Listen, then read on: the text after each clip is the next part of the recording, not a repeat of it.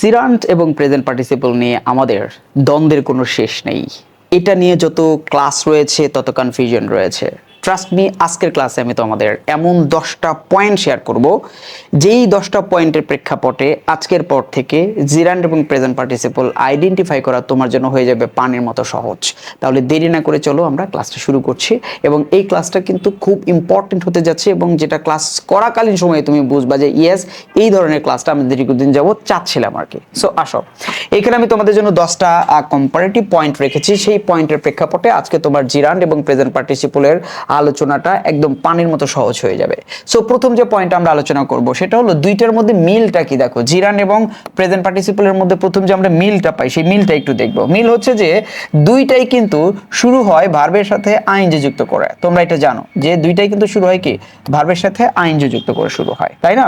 তো ভার্বের সাথে আইএনজি যুক্ত করে যখন আমরা কোনো কিছু গঠন করি, সেটাকে আমরা বলতে পারি জিরান্ট, অথবা সেটাকে বলতে পারি প্রেজেন্ট পার্টিসিপল। এখন এই জায়গাতে কিন্তু আমাদের সবচেয়ে বেশি কনফিউশন, দুইটার সাথে কি আছে, আইএনজি আছে। তাহলে এটাকে আমরা আইডেন্টিফাই করব কিভাবে, পার্থক্য করব কিভাবে, এই জন্য আমরা পরবর্তী পয়েন্টগুলো একটু মনোযোগ সহকারে শোনার চেষ্টা করব। তাহলে দেখো, প্রথমই হচ্ছে দুইটারই গঠন একই ভার্বের সাথে আইএনজি যুক্ত করে গঠন করতে হয়। তো সেকেন্ড যে পয়েন্ট আমি বলবো, দেখো ফাংশন। তোমরা একটা জিনিস খেয়াল করবা যে এখন দেখতে হবে তোমার হলো ফাংশন, যে ভার্বের সাথে আইএনজি যুক্ত হওয়ার ফলে সেটা যদি সেন্টেন্সের মধ্যে নাউন হিসেবে ব্যবহৃত হয়, নাউন হিসেবে ব্যবহৃত হয়, তখন সেটার নাম দিবে তোমরা জিরান্ট। বাট সেন্টেন্সের মধ্যে ভার্বযুক্ত আইএনজি অংশটুকু যদি অ্যাডজেক্টিভের কাজ করে অথবা ভার্বের কাজ করে, নাম্বার 1 অ্যাডজেক্টিভের কাজ করবে, নাম্বার 2 ভার্বের কাজ করবে, তখন সেটার তোমরা নাম দেবে হলো প্রেজেন্ট পার্টিসিপল। বিষয়টাকে আরো একটু ক্লিয়ার করার জন্য নিচের পয়েন্টটা দেখি। দেখো 3 নম্বর, টেন্স ফরমেশন নো, অর্থাৎ তুমি জিরান্ট দিয়ে কোনো টেন্স ফরমেশন করতে পারবা না, টেন্স গঠন করতে পারবা না, এটা কোনো টেন্সে ব্যবহৃত হবে না। কেন না? যে এইটা তো একটা নাউন, নাউন দিয়ে কি টেন্স গঠন করা যায় না? আচ্ছা, তাইলে প্রেজেন্ট পার্টিসিপল কি হবে?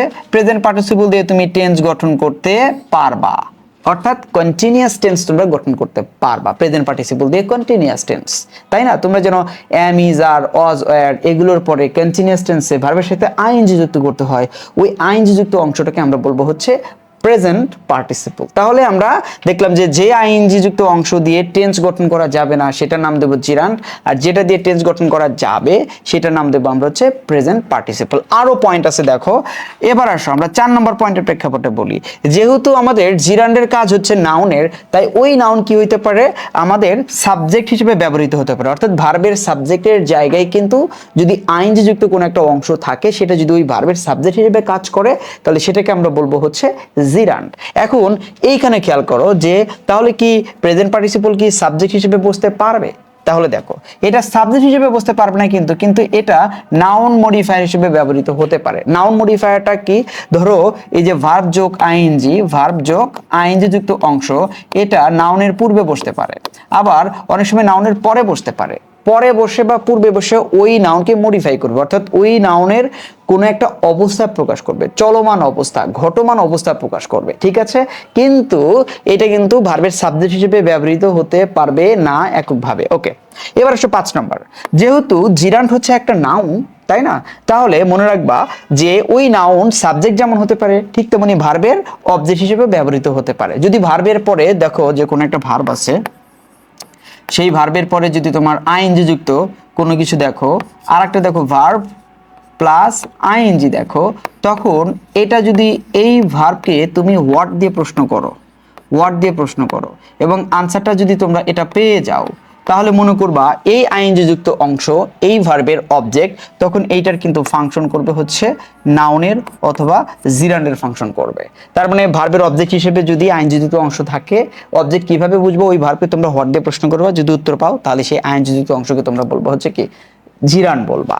আর এখানে কিন্তু কি হতে পারে, ধরো অবজেক্ট হিসেবে বসবে না, কিন্তু প্রোনাউনের মডিফায়ার হিসেবে বসতে পারে, অর্থাৎ যে নাউনকে মডিফাই করতে পারে সে প্রোনাউনকে মডিফাই করতে পারে। এই ক্ষেত্রে যেটা হয়, তোমার প্রথমে হয়তো একটা প্রোনাউন থাকবে, প্রোনাউন থাকবে, এরপরে ভার্ব যোগ আইএনজি থাকবে, যেই অংশটুকু মূলত কি করবে, এই যে প্রোনাউনকে মডিফাই করবে, ঠিক আছে না? কারণ এটা অ্যাডজেক্টিভের কাজ করতেছে। নাম্বার 6 দেখো, কমপ্লিমেন্ট। কমপ্লিমেন্ট হিসেবে কিন্তু যদি থাকে, কমপ্লিমেন্ট আবার কেমন হতে পারে? ধরো তোমরা বি ভার্ব চিনো, যেমন এই বি ভার্ব, এই বি ভার্বের পরে যদি ভার্ব যোগ আইএনজি যুক্ত কোনো কিছু থাকে, ভার্ব যোগ আইএনজি যুক্ত কোনো কিছু থাকে, যেটা কিনা এই বি ভার্বে যে সাবজেক্ট থাকবে সেই সাবজেক্টকে মডিফাই করে, অর্থাৎ সাবজেক্টের একটা পরিচয় দেয়, তখন এই জিনিসটাকে কিন্তু আবার আমরা কিন্তু পার্টিসিপল বলবো না, সেটাকে আমরা বলবো হচ্ছে কি জিরান বলবো। আমি এই প্রত্যেকটা পয়েন্টের উদাহরণ তোমাদের একটু পরে আমি দিচ্ছি, তখন কনসেপ্টটা ক্লিয়ার হয়ে যাবে। ওকে, নাম্বার 6 নাম্বার চলে গেল। আর এটা কিন্তু কি হতে পারে, পার্টিসিপিয়াল ফ্রেজ হইতে পারে। পার্টিসিপিয়াল ফ্রেজ বলতে তোমার ভার্ব যোগ আইএনজি যুক্ত অংশ এর সাথে আরো কিছু নিয়ে যদি একটা ফ্রেজ গঠন করে, সেটা যদি কোনো নাউন বা প্রোনাউনকে মডিফাই করে, তখন সেটা হয়ে যাবে পার্টিসিপিয়াল ফ্রেজ এবং সেটার ফাংশন হবে তোমার অ্যাডজেক্টিভের। এবার আসো আমরা 7 নম্বরে দেখি আফটার প্রেপোজিশন।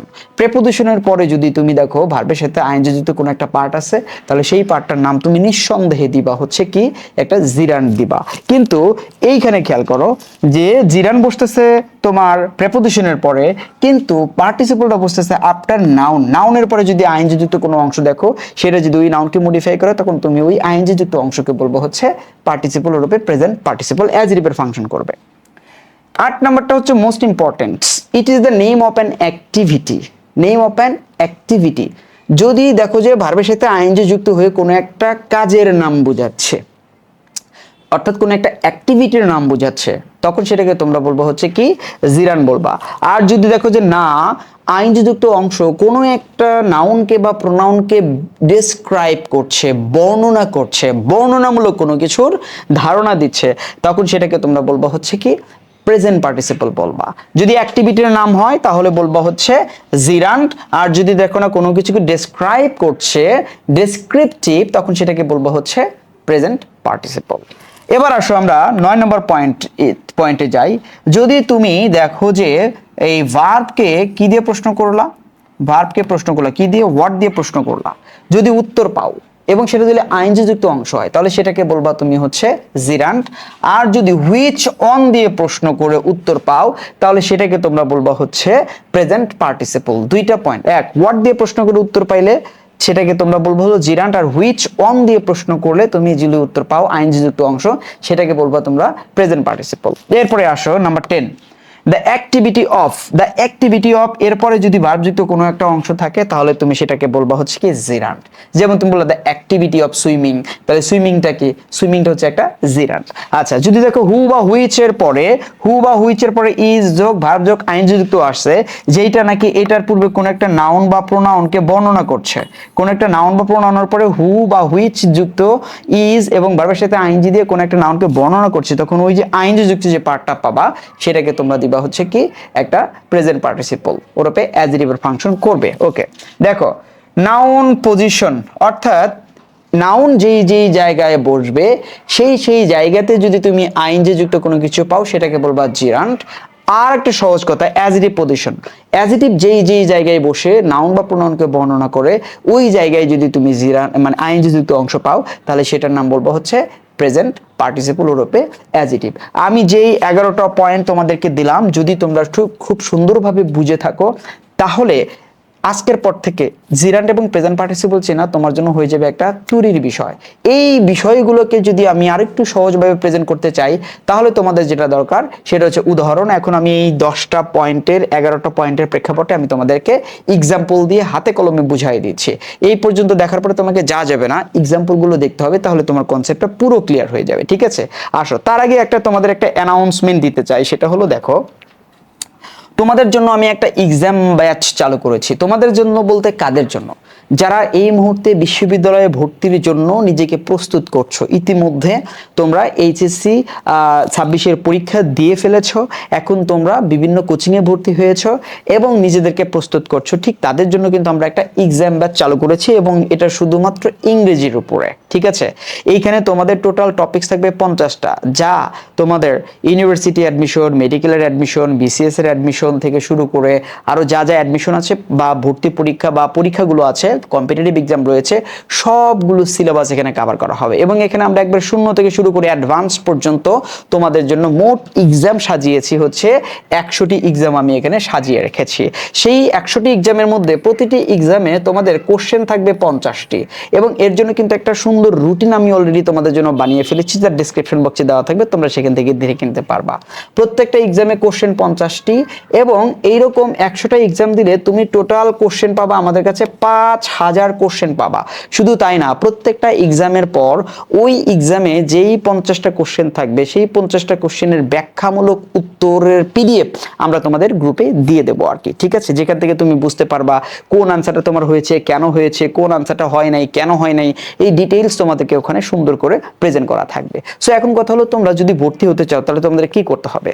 তোমাদের যেটা করতে হবে, এইখানে আমার একটা হোয়াটসঅ্যাপ নাম্বার দেওয়া আছে, এই হোয়াটসঅ্যাপ নাম্বারে আমার বিকাশ দেওয়া আছে। এই বিকাশ নাম্বারে তোমরা মাত্র 199 টাকা সেন্ড মানি করবা। করার পরে যে গুগল ফর্মের লিঙ্কটা আমাদের ডেসক্রিপশনে দেওয়া থাকবে, ওইটা সুন্দর করে পূরণ করে তুমি সাবমিট করবা। তোমার কাজ শেষ, আমার কাজ শুরু। এরপর নির্দিষ্ট সময়ে তোমাদের যে রুটিনটা দেওয়া আছে, রুটিন মোতাবেক আমরা গ্রুপে তোমাদেরকে কি করব, এক্সাম লিঙ্ক প্রোভাইড করব, পরীক্ষা দিবা, সাবমিট করবা, আনসার মানে আমরা মেরিট প্রকাশ করব এবং পিডিএফ গুলো দেব। এভাবে আমাদের কার্যক্রমগুলো চলতে থাকবে। অসংখ্য স্টুডেন্ট আমাদের অলরেডি ইতিমধ্যে ভর্তি হয়ে গেছে। সো তোমার সামনে যদি এই ভিডিওটা যেয়ে থাকে এবং তুমি যদি মনে করো ইয়েস আমার এটা দরকার, তাহলে দেরি না করে খুব তাড়াতাড়ি তোমরা কি করে ফেলবা, এখানে রেজিস্ট্রেশন করে ফেলবা। তো এইবার আসো, আমি যেই 11টা পয়েন্ট তোমাদের দিয়েছি সেইটার প্রেক্ষাপটে জিরান্ড এবং প্রেজেন্ট পার্টিসিপলের পার্থক্যটা সুস্পষ্টভাবে তোমাদের সামনে তুলে ধরছি। আসো আর দেরি না করে, এইখানে আমি তোমাদের 10টা উদাহরণ দিয়েছি। সেই 10টা উদাহরণের প্রেক্ষাপটে আমরা আইনজি যুক্ত অংশ কেন প্রেজেন্ট পার্টিসিপল হইলো, কেন জিরান্ড হইলো, সেটা আমরাকে ব্যাখ্যা করার চেষ্টা করব, ঠিক আছে? তাহলে আসো, প্রথম উদাহরণ দেওয়া আছে যে সুইমিং ইজ গুড। এখানে প্রথম যে উদাহরণটা দেওয়া আছে একটুখানি খেয়াল করো, কোথায় দেওয়া আছে? এই যে ইজ একটা ভার্ব আছে, সেই ভার্বের পূর্বে দেওয়া আছে কি swimming is a good exercise. এটাকে যদি আমি একটা প্রশ্ন করি, দেখো আমি কিছু টেকনিক বলবো, এটা তোমরা একটু কাজে লাগাবা। যদি বলি what is a good exercise, তাহলে কিন্তু তুমি উত্তর পাবা, এই হোয়াট দিয়ে প্রশ্ন করে উত্তর পাবা কি সুইমিং, তাই না? তাহলে হোয়াট দিয়ে উত্তর প্রশ্ন করলে যে উত্তর পাওয়া যাবে সেটাকে বলবা জিরান্ড। আমি কিন্তু অলরেডি ওই 11টা টেকনিকের মধ্যে একটা টেকনিক বলে দিয়েছে। আবার খেয়াল করো, এই যে ভার্বের সাবজেক্ট হিসেবে যদি থাকে, বিনা বাক্যে তুমি বলবা ভার্বের সাবজেক্ট হিসেবে দুইটা পার্টস অফ স্পিচ থাকে, এক থাকে নাউন, দুই থাকে হলো প্রোনাউন। এখানে যেহেতু প্রোনাউন নাই তাই এটা কি নাউন, তাহলে সুইমিংটা কাজ করতেছে কি নাউন। আচ্ছা, আইনজি যুক্ত অংশ যখন নাউনের কাজ করে কি বলি আমরা, জিরান্ড বলে থাকি। তার মানে সুইমিংটা হচ্ছে এখানে একটা জিরান্ড হিসেবে বসে। এখন এই একই শব্দ আমি পরের বাক্যে দিয়েছি, এই বাক্যে এখানে এটা প্রেজেন্ট পার্টিসিপল কেন, এটা তুমি একটু জিনিস খেয়াল করবা। প্রেজেন্ট পার্টিসিপলে আমরা কি বলেছি, এইটা হলো অ্যাডজেটিভের কাজ করবে এবং কোনো একটা নাউনকে বর্ণনা করবে, তাই না? কোন একটা চলমান কাজ, চলমান ব্যক্তিকে বর্ণনা করবে। তো আমরা যদি বলি যে the swimming boy is my cousin, কোন বালকটি, হুইচ অন, তোমাদের কিন্তু আমি একটা ওখানে টেকনিক দিয়েছি, সর্বশেষ টেকনিক হুইচ অন, কোনটি। তাহলে আমরা কিন্তু পাবো যে হুইচ বয়, তাহলে আমরা উত্তর পাবো কি সুইমিং বয়। তাহলে সুইমিং শব্দটা এই বয় ওরূপে নাউনকে মডিফাই করছে, ডেসক্রাইব করছে, এবং বালকটি কোন অবস্থায় রয়েছে, সাঁতাররত অবস্থায় রয়েছে, তাই না? তখন এই যে আইএনজি যুক্ত অংশটা এই নাউনকে মডিফাই করার কারণে সেটা হয়ে গেল অ্যাডজেক্টিভ। তাহলে আইএনজি যুক্ত অংশ যদি অ্যাডজেক্টিভের কাজ করে তাহলে সেটা কি হয়ে যায়, প্রেজেন্ট পার্টিসিপল হয়ে যায়। খুব সহজেই কিন্তু আমরা বুঝতে পারছি। এবার আসো 2 নম্বর উদাহরণটা খেয়াল করি। যদি বলি আই লাভ ডান্সিং, তুমি এই লাভকে সুন্দর করে একটু প্রশ্ন করো তো ভাইয়া, যে আচ্ছা আমি কি পছন্দ করি। তাহলে দেখো তুমি উত্তর পাবা, কি পছন্দ করো, তুমি নৃত্য পছন্দ করো। তাহলে ভার্বের অবজেক্ট হিসেবে বসেছে আইনজি যুক্ত অংশ, হোয়াট দিয়ে তুমি প্রশ্ন করেছো লাভকে মানে ভার্বকে, উত্তর পেয়েছো মানে এটা হলো একটা অবজেক্ট। তোমরা জানো অবজেক্ট হিসেবে যে বসে সে হলো নাউন অথবা প্রোনাউন। তো এখানে যেহেতু প্রোনাউন নাই তার মানে ডান্সিংটা হচ্ছে একটা নাউন, অর্থাৎ আইনজি যুক্ত অংশ নাউনের কাজ করলে কি হয়ে যায়, জিরান্ড হয়ে যায়। খুব সহজ। এবার আসো এই ডান্সিংটাই এখানে আমরা দেখব কেন অ্যাডজেক্টিভ হয়েছে, এটা আমরা দেখব। The girl dancing on the stage is my sister. তো এইটা হলো সাবজেক্ট আর এই পুরোটুকু হচ্ছে তোমার একটা এইটা হচ্ছে ভার্ব আর এই পুরোটুকু হচ্ছে তোমার ওই ভার্বের সাবজেক্ট। সেই সাবজেক্টের মধ্যে হেড ওয়ার্ড হচ্ছে কি girl. The girl is my sister, এটা হলো মেইন বাক্য। এখন যদি বলি কোন মেয়েটি আমার বোন, তাহলে দেখতে পাবো ডান্সিং অন দ্য স্টেজ, এই পার্টটুকু, এই আইনজি যুক্ত পার্টটুকু কিন্তু এই গার্লকে মডিফাই করেছে। গার্ল হচ্ছে তোমার একটা নাউন, আর নাউনকে যে মডিফাই করে, নাউনকে যে ডেসক্রাইব করে তাকে আমরা বলি অ্যাডজেক্টিভ। তার মানে এখানে ডেসক্রাইবিং এই ডান্সিংটা কিন্তু কি হিসেবে কাজ করেছে, আইনজি যুক্ত হয়ে অ্যাডজেক্টিভের কাজ করেছে, ঠিক আছে? আচ্ছা, এবার আসো আমরা 3 নম্বরে যাচ্ছি। বললা রিডিং ইমপ্রুভস ভোকাবুলারি, তাহলে এইখানে ইমপ্রুভ হচ্ছে ভার্বের সাবজেক্ট হিসেবে বসেছে রিডিং। যদি বলি কোন জিনিসটা আমাদের ভোকাবুলারি ইমপ্রুভ করে, যে কি আমাদের ভোকাবুলারি ইমপ্রুভ করে, ভোকাবুলারি কি হোয়াট দিয়ে প্রশ্নগুলো তুমি পাবা রিডিং, কথা নাই, এটা হচ্ছে তোমার একটা জিরান্ড। এবার দেখো the students reading books are preparing for the exam. যদি বলি কোন ছাত্রছাত্রীরা পরীক্ষার জন্য প্রস্তুতি নিচ্ছে, তাহলে তুমি বলবা রিডিং বুকস, বই পড়ারত ছাত্রছাত্রীরা। তাহলে রিডিং জিনিসটা কিন্তু সুন্দর করে এই যে স্টুডেন্টস নাউনের পরে বসে এই যে নাউনকে বর্ণনা করছে, নাউন সম্পর্কে তথ্য দিচ্ছে, তাই এটাকে আমরা বলবো হচ্ছে কি অ্যাডজেটিভ, ওরূপে আমরা কি বলবো প্রেজেন্ট পার্টিসিপল। এবার আসো 4 নাম্বার দেখি, হি এনজয়স প্লেইং ক্রিকেট। এটাও কিন্তু দেখো আমরা যদি ভার্বকে প্রশ্ন করি সে কি এনজয় করে, তাহলে আমরা দেখতে পাবো উত্তর পাবো প্লেইং। যদি বলি কি খেলা, ক্রিকেট খেলা, তাহলে এই পুরোটুকু কিন্তু আমাদের এই ভার্বের অবজেক্ট হিসেবে বসে, সুতরাং এটা হলো একটা জিরান। এখানে যদি খেয়াল করি দ্য বয়েজ প্লেইং ক্রিকেট আর মাই ক্লাসমেটস, যদি কোন বালকেরা, হুইচ বয়, তাহলে আনসার পাবো প্লেইং ক্রিকেট, মানে ক্রিকেট খেলারত ছেলেটা, খেলা অবস্থায় রয়েছে ছেলেরা, এইটা কিন্তু বর্ণনা করছে বয়েজকে, তাই এখানে এটা কাজ করেছে, অ্যাডজেক্টিভের কাজ করেছে। She is interested in learning English. দেখো এই ইন হচ্ছে একটা প্রেপোজিশন, প্রেপোজিশনের পরে আইনজি যুক্ত অংশ থাকলে কোনো কথা নাই, সেটা কাজ করবে জিরান্ডের। এখানে খেয়াল করো the students learning English are very attentive, তাহলে লার্নিংটা কিন্তু এখানে নাউনের পরে বসে এই নাউনকে ডেসক্রাইব করছে, সুতরাং এটা কাজ করছে অ্যাডজেক্টিভের রূপে, এটাকে আমরা বলবো প্রেজেন্ট পার্টিসিপল। দেখো কনসেপ্টগুলো কতটা সহজেই ক্লিয়ার হয়ে যাচ্ছে। He left without saying good bye, এই যে উইদাউটটা কিন্তু একটা প্রেপোজিশন, সো প্রেপোজিশনের পরে আইনজি যুক্ত অংশ থাকলে সেটাকে কোনো কথা নাই, সরাসরি বলবা নাউন রূপে জেরান্ড।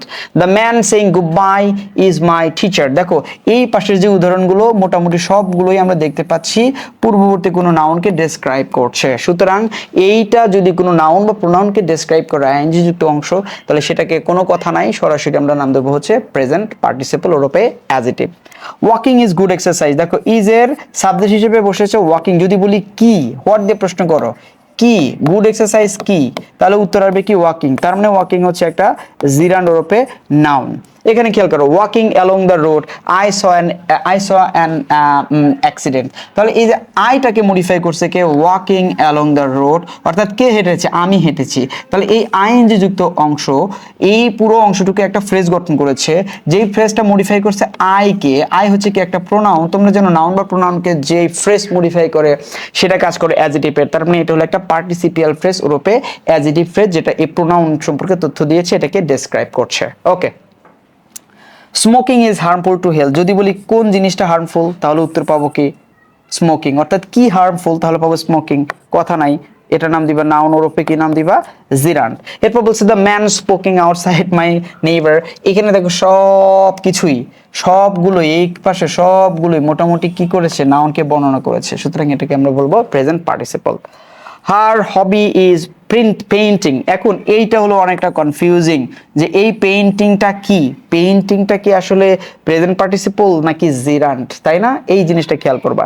এখন যদি বলি তার হবিটা কি, এটাকে প্রশ্ন করলাম যে তার হবিটা কি, হোয়াট দিয়ে প্রশ্ন করলাম তার হবি কি, তাহলে এটাকে প্রশ্ন করলে তুমি এখানে আনসার পাবা তার হবি হচ্ছে কি পেইন্টিং, তাহলে হোয়াট দিয়ে প্রশ্ন করে এই আনসারটা পাচ্ছ, সুতরাং এটা কিন্তু একটা জিরান্ড, অথবা এটা হচ্ছে একটা নাউন যেটা নাকি এই সাবজেক্টের কমপ্লিমেন্ট হিসেবে ব্যবহার করা হয়েছে, ঠিক আছে না। তাহলে এইটা কিন্তু একটা অ্যাকশন বোঝাচ্ছে, চলমান কোনো কাজ বোঝাচ্ছে না, এটা একটা অ্যাকশনের নেম বুঝেছে, একটা অ্যাক্টিভিটি, পেইন্টিং হচ্ছে একটা অ্যাক্টিভিটি, তাই হার হবির কমপ্লিমেন্ট হচ্ছে কি পেইন্টিং, সুতরাং এটা কিন্তু অনেকেই ভুল করে মনে করে এটা প্রেজেন্ট পার্টিসিপল না, এটা কিন্তু একটা জিরান্ড হিসেবে ব্যবহৃত হয়েছে। ঠিক তেমন এখানে খেয়াল করো the artist painting the picture is famous. এইখানে যতগুলো উদাহরণ আমি অলরেডি বলে ফেলেছি সব কিন্তু নাউনের পরে বসে নাউনকে কি করছে, ডেসক্রাইব করছে, তাই এটাকে আমরা কিন্তু কি করব প্রেজেন্ট পার্টিসিপল রূপে আমরা বলবো হচ্ছে তোমার অ্যাডজেক্টিভ। এরপর দেখো I dislike waiting for buses, তো এইটাও কিন্তু এই যে ভার্বটা রয়েছে, এই ভার্বটা রয়েছে, এটাকে যদি আমি বলি যে আমি কি অপছন্দ করি, তাহলে কিন্তু তুমি আনসার পাবো ওয়েটিং, তাহলে ওয়েটিংটা কিন্তু এখানে কাজ করেছে নাউনের রূপে জিরান্ড। এখানে দ্য প্যাসেঞ্জার্স ওয়েটিং আউটসাইড আর স্টুডেন্টস, তাহলে ওয়েটিংটা কাদের সম্পর্কে তথ্য দিয়েছে, প্যাসেঞ্জার সম্পর্কে তথ্য দিয়েছে, প্যাসেঞ্জার্স কারা, প্যাসেঞ্জার্স হচ্ছে তোমার নাউন, তাই ওয়েটিংটা কিন্তু এটা এখানে তোমার অ্যাডজেক্টিভ হিসেবে কাজ করছে, অ্যাডজেক্টিভ হিসেবে কাজ করছে, অথবা তুমি এটাকে বলতে পারো প্রেজেন্ট পার্টিসিপল। সো আশা করি তোমরা মোটামুটি ভাবে এই কম্পারেটিভ আলোচনা থেকে জিরান্ড এবং প্রেজেন্ট পার্টিসিপল সম্পর্কে একটা কনসেপ্ট, ক্লিয়ার কনসেপ্ট পেয়েছো। তারপরে গোল্ডেন দুইটা নিয়ম বলি। নাম্বার 1, যদি দেখো কোনো অ্যাক্টিভিটির নাম বুঝাইছে এবং ওই অ্যাক্টিভিটিটা অ্যাক্টিভিটি নাউনই হয়, তাহলে সেটাকে তোমরা বলবে জিরান্ড। আর যদি দেখো যে না, কোনো অ্যাক্টিভিটির নাম বুঝায় নাই, বরঞ্চ কোনো একটা অ্যাক্টিভিটিকে বা কোনো একটা নাউনকে ডেসক্রাইব করেছে আইএনজি যুক্ত অংশ, তাহলে তোমরা সেটাকে বলবা হচ্ছে অ্যাজিটিভ রূপে প্রেজেন্ট পার্টিসিপল। আর একটা জিনিস, তোমরা সাবজেক্টকে, ভার্বকে, প্রেপোজিশনের উপরে যেটা বলছে সেই জিনিসটাকে তুমি হোয়াট দিয়ে প্রশ্ন করে যদি উত্তর পাও, তাহলে সেটাকে বলবা নাউন। আর যদি হুইচ অন দিয়ে তুমি প্রশ্ন করে উত্তর পাও, তাহলে সেই আইএনজি যুক্ত অংশকে তোমরা বলবো হচ্ছে কি অ্যাজিটিভ রূপে প্রেজেন্ট পার্টিসিপল। দেখা হবে নেক্সট কোনো ক্লাসে। টিল দেন আল্লাহ হাফেজ, বাই বাই।